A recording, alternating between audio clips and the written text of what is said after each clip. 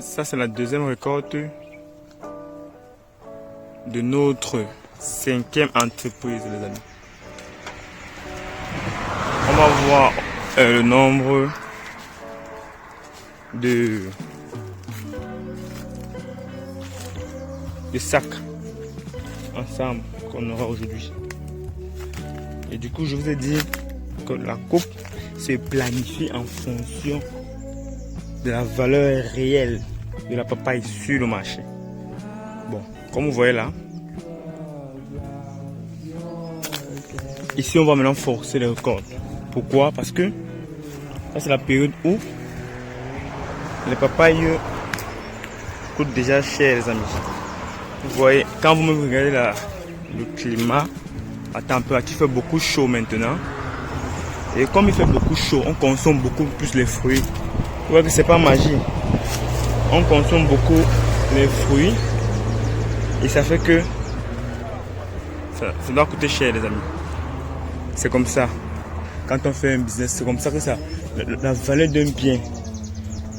Comme ça qu'un bien prend la valeur. Vous voyez qu'un bien souvent coûte cher quand il est rare. Donc si aujourd'hui vous êtes là, vous allez coûter cher. C'est pas la magie. C'est comme ça. Bon, aujourd'hui on a prévu encore un coupeur et un porteur pour la récolte. Parce que à plus de 10 sacs, on doit augmenter l'effectif.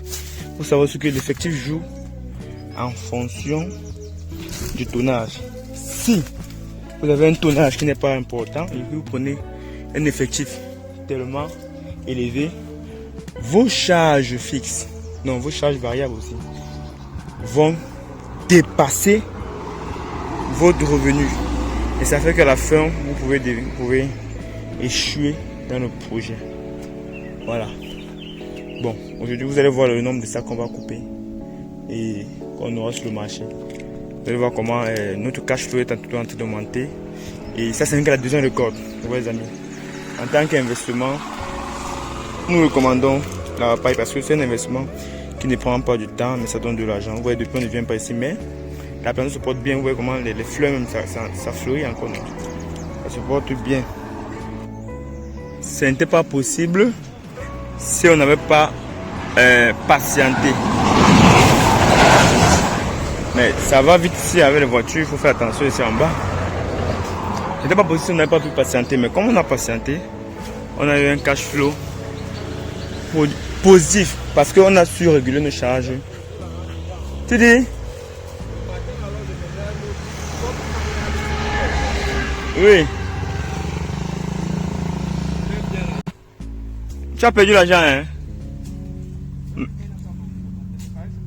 Les 2000 là, hein? Donc vous n'avez pas déjeuné? Mais c'est pas grave, c'est pas grave. Faites seulement vite. Faites pas qu'il a beaucoup de charges sur la tête là et pour longtemps. Libère-le rapidement. Ok, c'est pas grave. Les amis, quand on a un cash flow positif, comme il disait, ça fait qu'on peut être liquide à tout moment et continue toujours à investir. Vous voyez, vous constatez un peu que, regardez, hein, vous voyez qu'il y a les papas qui sont beaucoup mûrs. Ici on ne jette rien. Vous voyez, c'est ça qui est bien l'agriculture. On ne jette rien.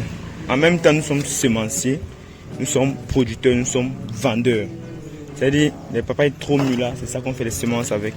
On trie, on les regarde, on les lave, on les nettoie, on les sélectionne pour faire les semences de l'année prochaine. Donc, c'est-à-dire, un bon agriculteur doit toujours cultiver chaque année.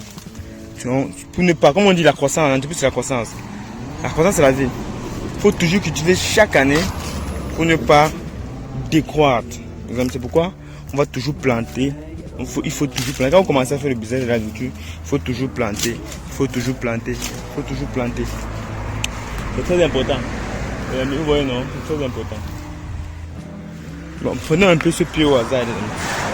Vous allez voir comment les récoltes se font. Regardez, on va couper combien de papayes ici. On va couper 1, 2, 3, 4, 5, 6, 7. 7 fruits. 8 fruits sur lui. Vous voyez les amis, 8.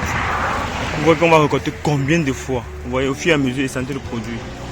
Donc on va passer sur le combien de fois. C'est ça. Mais je sais pas comment on appelle. Je sais pas si c'est l'effet de levier. Donc le levier de la paille est aussi puissant comme investissement. Aussi puissant. Donc quand vous avez levé puissant comme ça, c'est très bon les amis. Vous voyez? Au fur et à mesure on coupe un peu. Ça augmente. Ça augmente et après ça va augmenter. Et bien Stéphane. Bon, comme vous n'avez pas mangé, vous achetez le coquille. On vous achète le coquille. Hein? Et vous achetez le coquille en bas là. Ok. Avec l'eau, vous avez l'eau. De l'eau. Mais comment vous travaillez comme ça là? Mais il faut qu'on mette les mesures strictes. Hein. On va pas, faut pas tomber en plantation. Il faut avoir de l'eau et de la nourriture.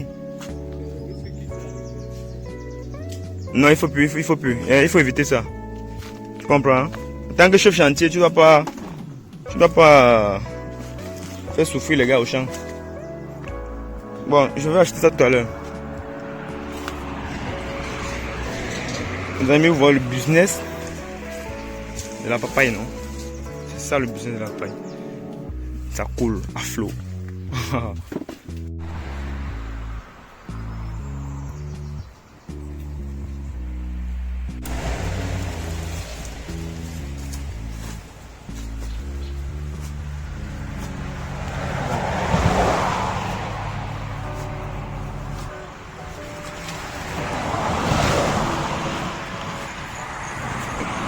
Donc bientôt terminé avec le calibrage.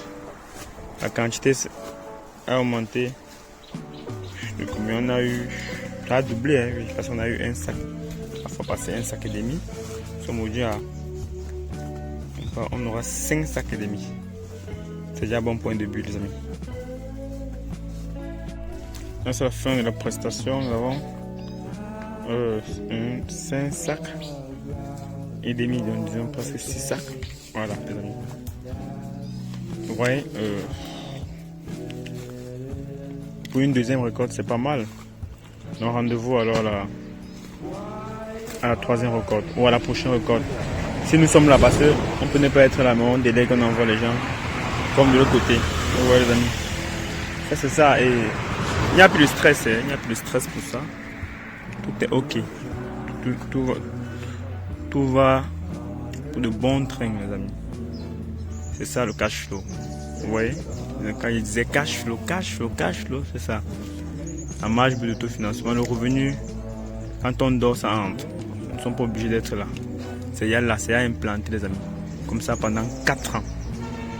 Bon, à une autre vidéo.